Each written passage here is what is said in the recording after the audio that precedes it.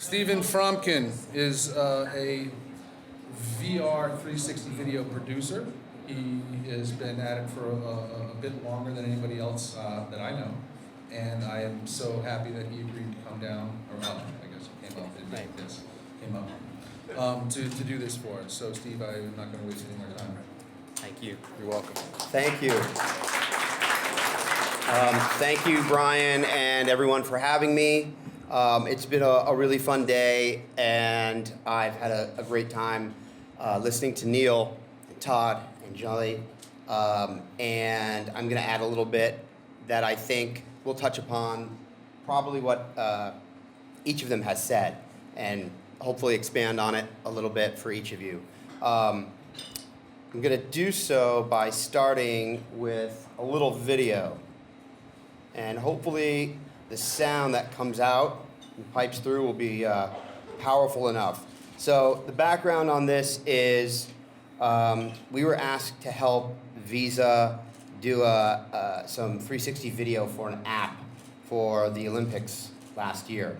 And this was the product that part of what this video is. It's obviously 16 by 9, but what it's going to show is within it is some of the behind the scenes, the results, and the experiences. But because it came out of an app, the final audio, it's a little tinny. So hopefully bear with that, but it's pretty interesting. They did a really great job. Ever fly down a mountain at 90 miles per hour? Or dance on knives across ice? Or jump through the air the length of a football field? For Olympic athletes, that's everyday training. But for the rest of us, there's the Visa 360 Cam.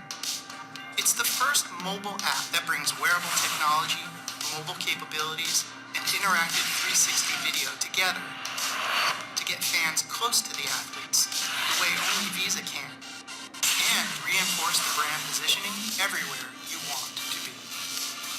It all started with the athletes. We rigged them up with as many cameras as we could, then we turned them loose to do what they do best. We took that footage and stitched together a panoramic 360-degree sphere that works with your device's gyroscope. By tilting and moving your mobile device, you can control the camera's perspective. Look up, look down, look behind, to the side. You'll see what the athlete sees and hear what goes through their mind as they train for the Winter Games. By toggling between 360 face and follow cams, users get new perspectives on Olympic training. Even the athletes were surprised. They were able to see things they had never seen before. And fans reacted in kind. In just 30 days, over 300,000 downloaded the app. It was a front-page feature on the iTunes Store. And then it went clear in over 100 countries, from Canada to Japan to Russia, and places like Google Creative Sandbox. Okay, I'm going to stop it because short on time, their app was wonderful, it did great, all the metrics, hooray. But the point of that was those athletes had an experience because of VR, because of 360 video, that they didn't see coming. Okay, strap this rig to my head, great, I'll ski down the mountain. And the product was, I had no idea I was doing that with my foot. Because they were able to watch, turn around and say, oh, never knew that. And so the power of VR, as we all know, is somewhat still growing. We can imagine it, but we don't know exactly what it's going to be. But this was one of those scenarios where it happened. And it was one of those moments that really reinforces what we're all doing and why maybe a lot of us are interested in this. Real quick, here's what I'm going to go through. I'll give you a real quick background on me, on what I do, and give you a little bit of some of the tech about 360 video production, and then I'll tell you a little bit about sort of what my day-to-day is like and why maybe I have something of value to share with you, and you can decide on that. So my background is in physical production. I started traditional media, producing, line producing. I got quickly into post-production pipelines and visual effects, and I've been doing that for, excuse me, I've been doing that for over 15 years. And then in about 3 years ago, I worked on a 360 video job. I had no idea what it was, and since then I did a number of them. And at the end of last year, I started working for a company called Verse, and did a few projects there. And then this year, in January, I began working with 360Heroes, and now serve as their head of production. So what that means is I'm on the phone generally 4 to 5 times a day having a conversation that goes a little bit like, we want to do this production, and we want to do it with 360 as well.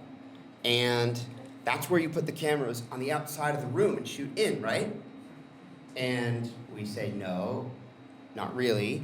And then it starts with a technical conversation. So how many folks, just to sort of create a baseline, how many folks have shot 360? We've already, okay, there's a few, good. So 360Heroes makes these. Our owner and founder invented this little rig right here.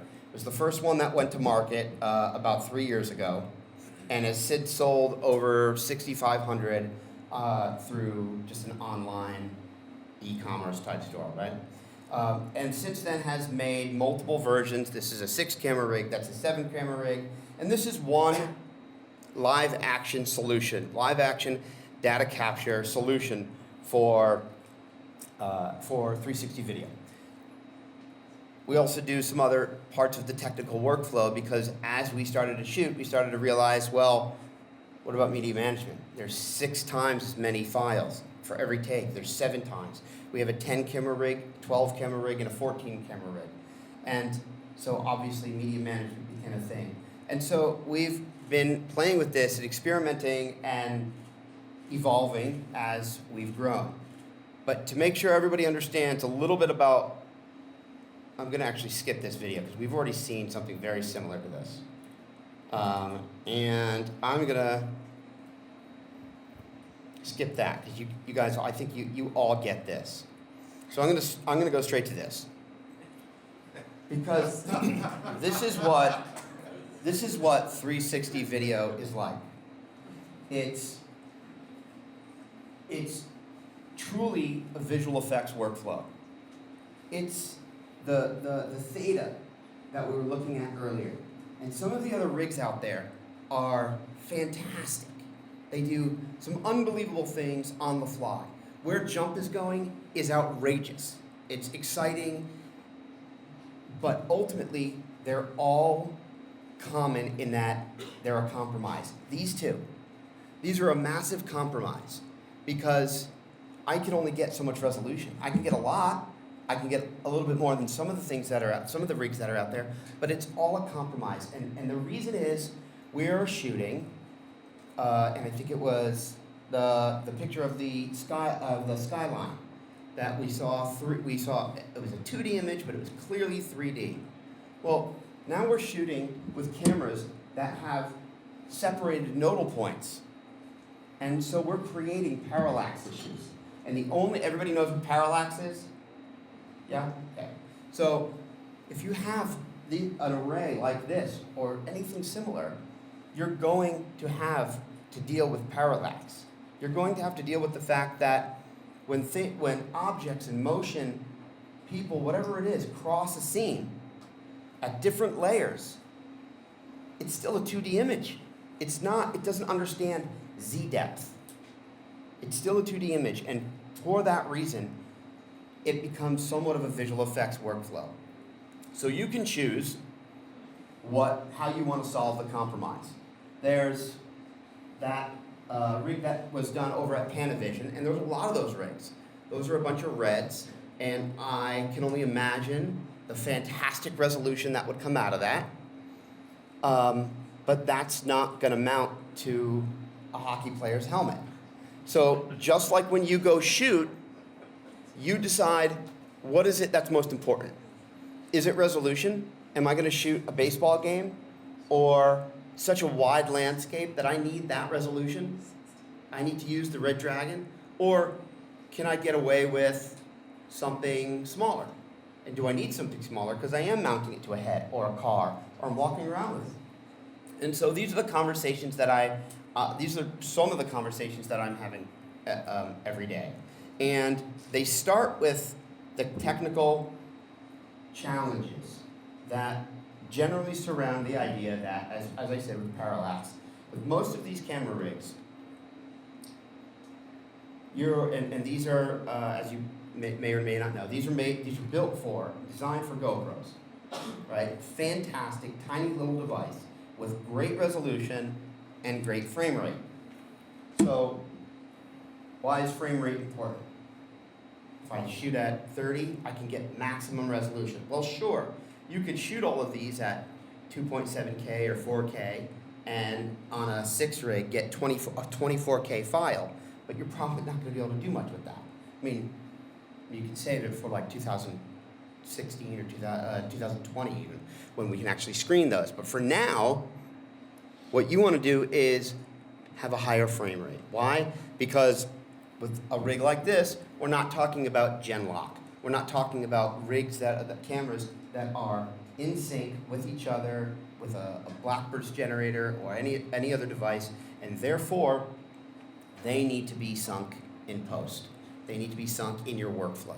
So that's, again, one of the challenges. You go, one of the compromises, you go and you use the red rig and tie it all together with lock-it boxes. Great, brilliant. So there's lots of different solutions. It just depends on what you're shooting. So let's talk about that. And this is really sort of where I want to spend most of the time, which is why I kind of blew through a lot of that stuff. So I get into conversations on a daily basis that are either from agencies, creative agencies, or producers, or just folks who are really excited about VR. And they have a project that they want to talk about, and they want to figure out how to do it, and they want to know if they should do it themselves, they should hire us to help them with production services, or they can just kind of do a hybrid. What should they do? How should they get this done? So, based on the folks in the room, let me share some of these stories. And the first one I want to share, well, I'm going to leave it up to you. What's more important to you all? The scenario where, and this down here, where at the bottom narrative is sort of where I'm tempted to talk a little bit about, based on everything Neil started with, and some of the fantastic notes from Todd about editorial. So I'm going to go with narrative. We're cool with that? I'm going to start there, okay? So I get a call, and they say, we want to shoot a short film. And it's really just 2 scenes, and we want to shoot an interior, and there's really just going to be one guy and then another character, and then we want to shoot an exterior, and it's like a crime scene. Okay? Well, what's your point of view? Like, is it mounted to a person? I don't know, maybe. Should it be mounted to a person? That's what the content creator needs to kind of understand. So as a content creator, you're thinking, and they don't always know this right away, should I mount it and make it a point of view, or is it just a fly on the wall type of scenario? Sorry, I'm wandering. I'm supposed to stay near this for the video. Sorry. So, Brian, I told you can yell at me when I wander. I don't like to yell. I wander. So the question of camera position is actually valid. What makes sense for the shot? And is it always the same? In one scene, is it mounted to a person? And in another scene, is it not?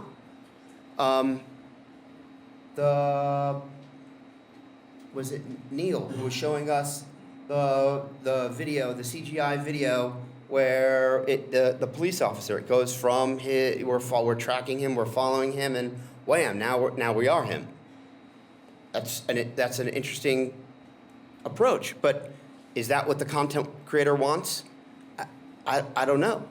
I'm telling you about a call I literally had the other day, so we don't know yet. We don't know where this is going to end. The next question is, well, where are you going to put this media? Is it going to go to YouTube 360? Is it going to go to an app? Do you want it for Oculus or Gear, cardboard, everything? Because depending on what you're going to shoot or where you're going to distribute, you kind of want to think about that when you're shooting. It's like traditional 16:9. You know, what are my deliverables? So we're constantly talking about what those deliverables might be and how we can facilitate the best workflow for that delivery. The other thing that comes into play, and I jumped ahead on the whole sort of delivery format thing, but back to camera position. What about camera movement? If it's not mounted to a person and is it in a fixed point or is it moving? Well, a still camera is sort of maybe boring in a narrative. You want to sort of drift in on a dolly shot or a slider, you come in on a jib arm. Well, you're going to see all that. What about the lights? Narrative, your lighting, so all of these questions about where do all the gear go, and where does we actually had one scenario where somebody said, well, if we shoot on a stage, do I have to get rid of like craft services and everything do I have to hide that stuff? No, you don't have to. You're gonna see it. So what, can we just take out the cameras? Yeah. Well then what's behind there? Well, nothing. So but none of it's wrong. None of this is wrong. Take out the cameras, shoot 180, and comp something else in.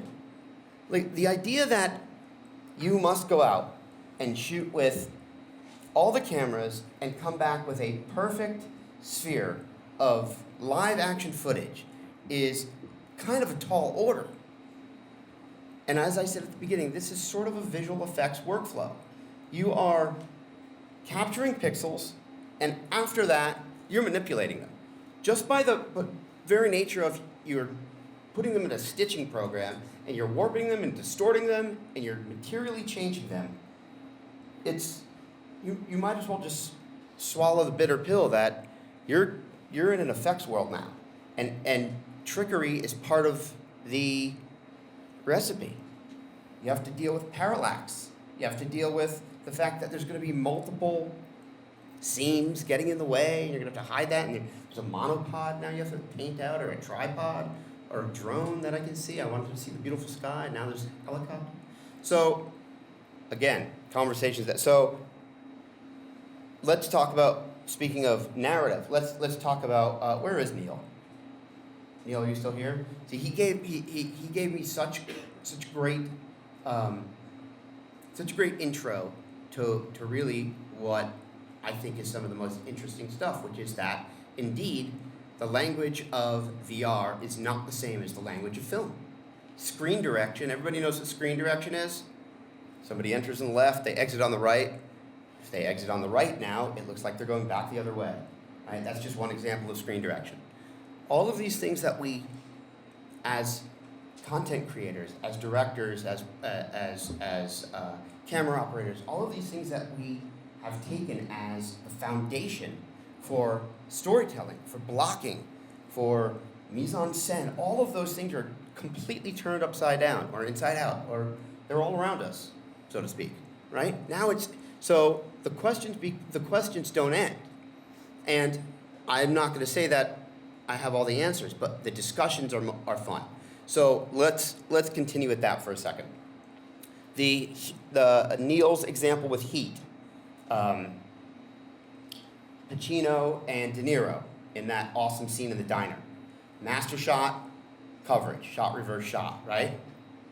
I've actually seen somebody try to shoot coverage in VR, right? And so it's Jamie and Jolly, and they're, sorry, I'm walking away from the mic again. Sorry, right? So I shoot them, and I want coverage. But even in the master shot, if there's nothing back here, what's the point? Form meets function. right? So if I need that type of shot, if I need that type of storytelling, maybe I don't need 360. Maybe I can just tell this in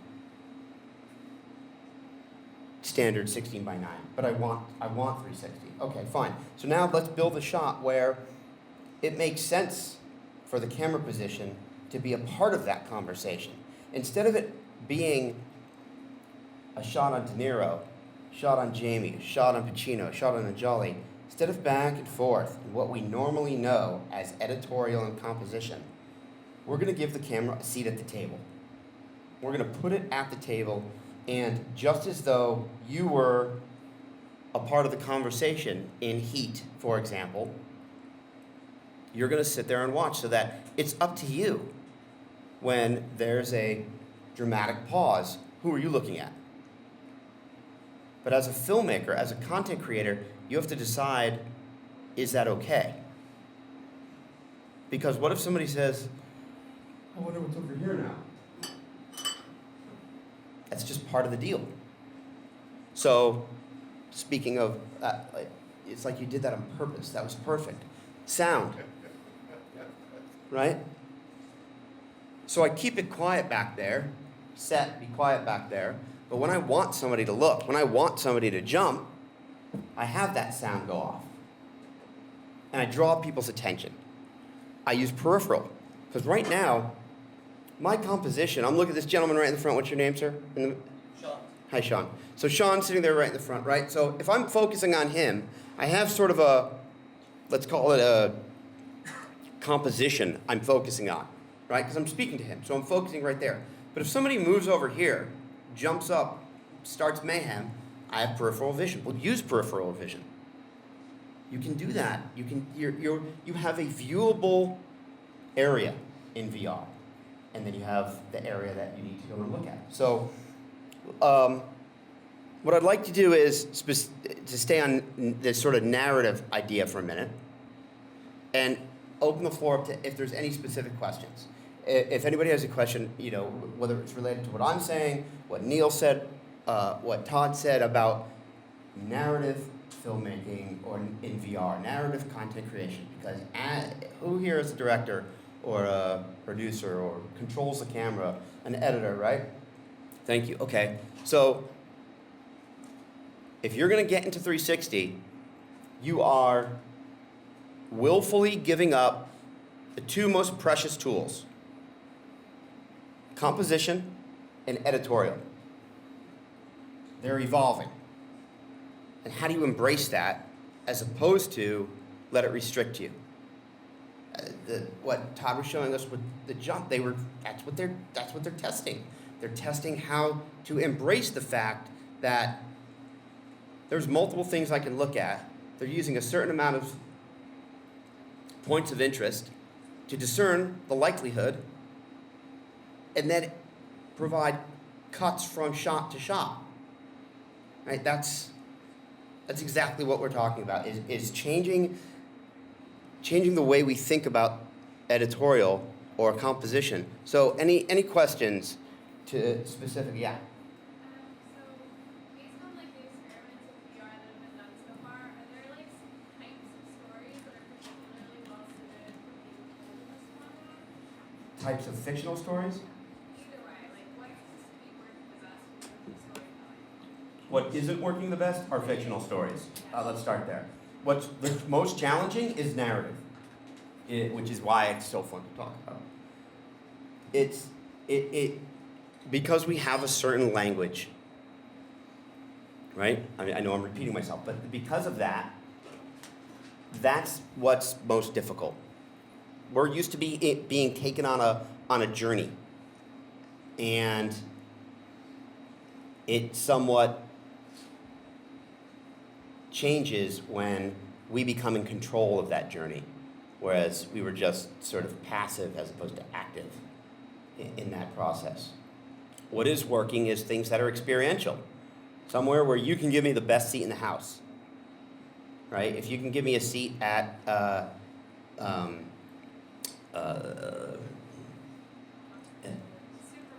Super Bowl.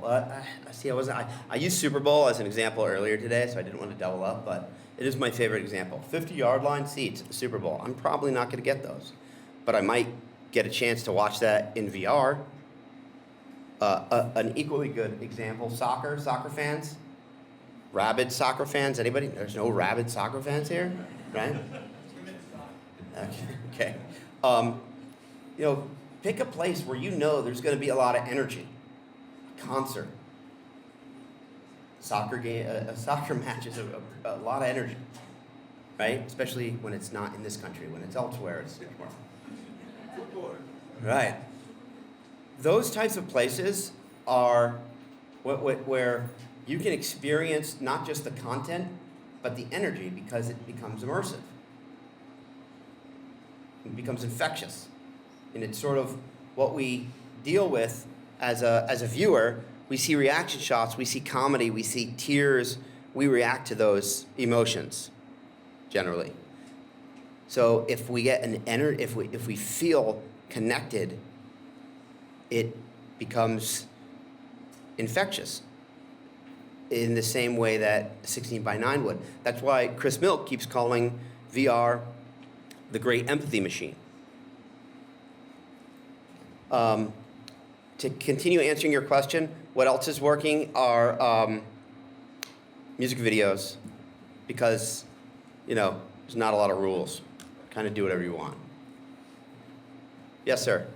Stephen, great talk so far. My question is actually about what you said earlier regarding multi-shots don't work because you lose the background. If I understood that correctly, you're talking about the heat scene, and I'm not as familiar with that as I am with Pulp Fiction, but imagine you've got Honey Bunny and Ringo, the rockers, in the diner, and then you've got Vincent Vega and Jules at the seat, at the table. Why couldn't you shoot different views? Well, now you're talking. Right. So that's a great example. Thank you. Did everybody hear that? So the scene, the talkie scene with De Niro and Pacino, that's just two guys at a table. Okay. Not physically the most exciting. Performance-wise, drama-wise, great. So you probably want to be in there tight. Because if you were directing that scene, if you were editing that scene, you're probably going to say, yeah, don't pop out to the wide shot. Stay in on that tight shot. I want to be in with those guys as much as possible. Right? I want to be in with their eyes, their emotions, their reactions. But this gentleman, what's your name, sir? Chris Pope. Chris. Thank you, sir. So what Chris's point was, take a scene from like Pulp Fiction. In the diner, you got Samuel L. Jackson and John Travolta and it's Tim Roth, right? And what's her name? Amanda Plummer. Honey Bunny, right? And so it's a scene where there's conflict going on. There's two people holding. Everybody's seen Pulp Fiction. I'm not going to ruin this, right? Two people are holding up the diner, right? And it's not going well. Tension is high.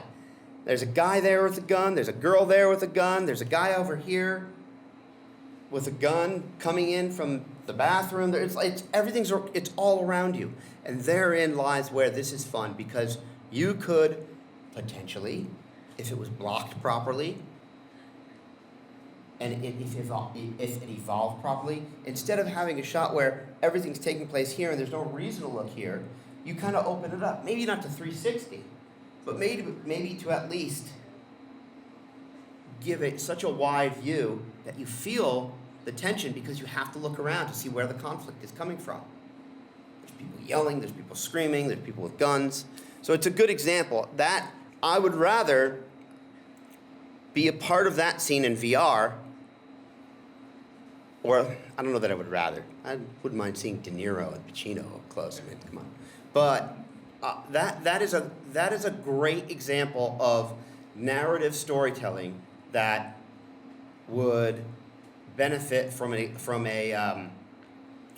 just sort of some sort of trial, just somebody experimenting, and that's what. Yes, copy that, sir. So go ahead, sir. Yes. Just thought on that. Great question. But I feel like you need different point of views at the same time, doing all 360 VR, and it would have to be highly coordinated, which is a really tough thing.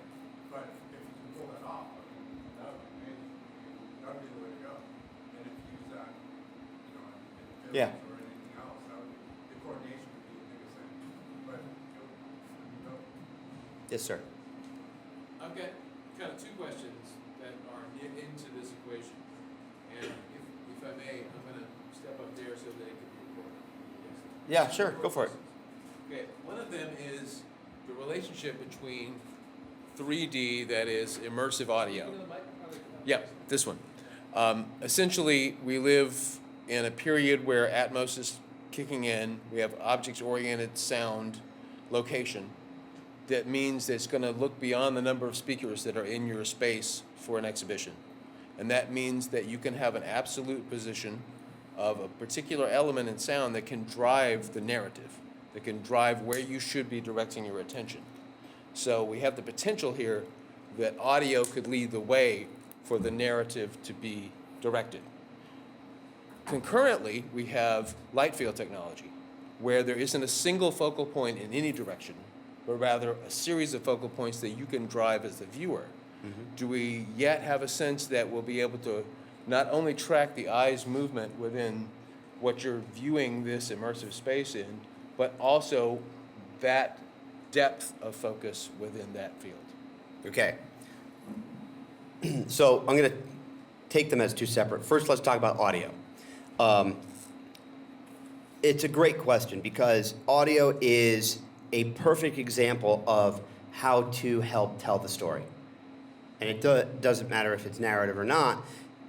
Our experience in life is to respond to sounds, respond to motion, right? So we see something move, we look, that draws our attention. We hear something, that draws our attention. Using a either binaural audio rig or some other multi-channel type positional microphone based wherever the rig is, wherever your 360 camera rig is, and then post-producing it in a way that draws the viewer left, right, back, up is